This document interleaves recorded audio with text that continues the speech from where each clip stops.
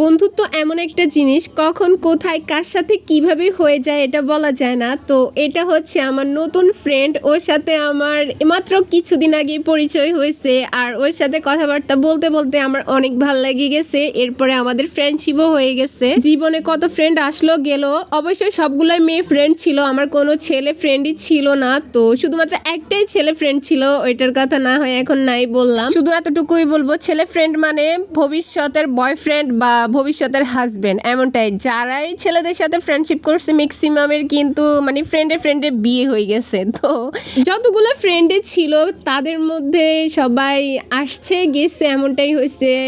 এখনো একটা দুটোর সাথে হয়তো বা সম্পর্ক আসছে, অতটাও তেমন একটা যোগাযোগ হয় না, যে যার মতো করে ব্যস্ত। তো আমি এখন এই কথাগুলো বলছি, আমার কয়েকটা ফ্রেন্ড আমাকে ফোন করে এমনিতে অনেকগুলো কথা শুনাই দিবে, বলবে যে এই যোগাযোগ হয় না, কি কথা তো বলতেই চাই কিন্তু তুই নিজে ব্যস্ত থাকিস, সেগুলো বলবে আমি শিওর। তো আমরা এখানে অনেক দুষ্টুমি করতেছিলাম। তো আমার এই ফ্রেন্ডটার সাথে একটা নতুন ফ্রেন্ডশিপের এগ্রিমেন্ট করতেছিলাম। সবাই আমাদের জন্য একটু দোয়া করবেন।